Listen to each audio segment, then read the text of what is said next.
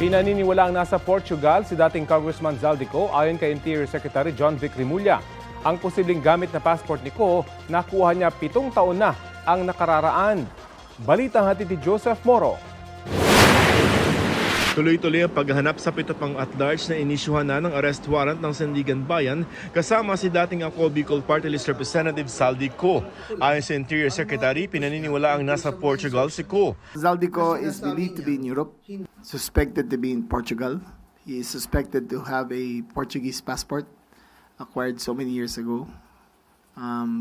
Ayun lang ang details.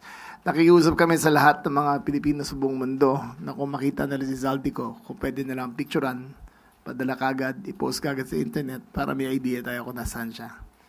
Sa ngayon, ayon sa Department of Foreign Affairs o DFA, hindi pa kanselado ang pasaporte ni Ko dahil wala pang court order para rito. Ang isang taga-DPWH nasa Israel naman daw. Sa mga inilabas na video ni Ko, ilang beses din niyang inakusahan si Pangulong Bongbong Marcos na nag-utos umano ng budget insertions. Sabi ngayon ng Malacanang handang humarap ang Pangulo sa Independent Commission for Infrastructure o ICI kung may ebidensya. Is the President willing to appear before the ICI if there will be evidence that will link him to those issues? Ang ICI po ay isang independent commission. Kung ano po ang maibibigay sa kanilang maliwanag na ebidensya, wala naman pong pagtututol ang Pangulo dyan.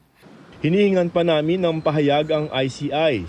Handa raw ang mga kongresista na magpa-livestream at hindi hihingi ng executive session sa ICI. Nauna nang sumulat si Presidential Son at House Majority Leader Sandro Marcos na handa siyang tumistigo sa ICI.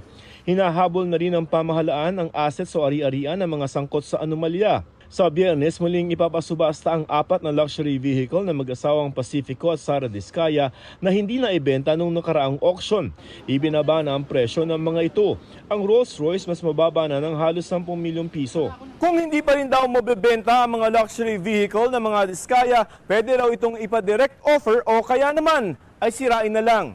Condemnation or sirain na lang talaga yung mga vehicles. It's really an exercise of discretion on the part of the commissioner. No? In fact, we could have dispensed with the auction and went straight to the condemnation. Considering the state of our country, we are in need more of a budget.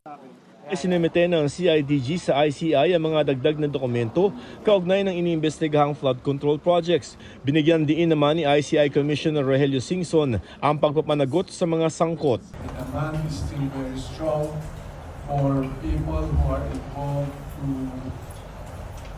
I'd like to see them achieve. Joseph Morong nagbabalita para sa GMA Integrated News.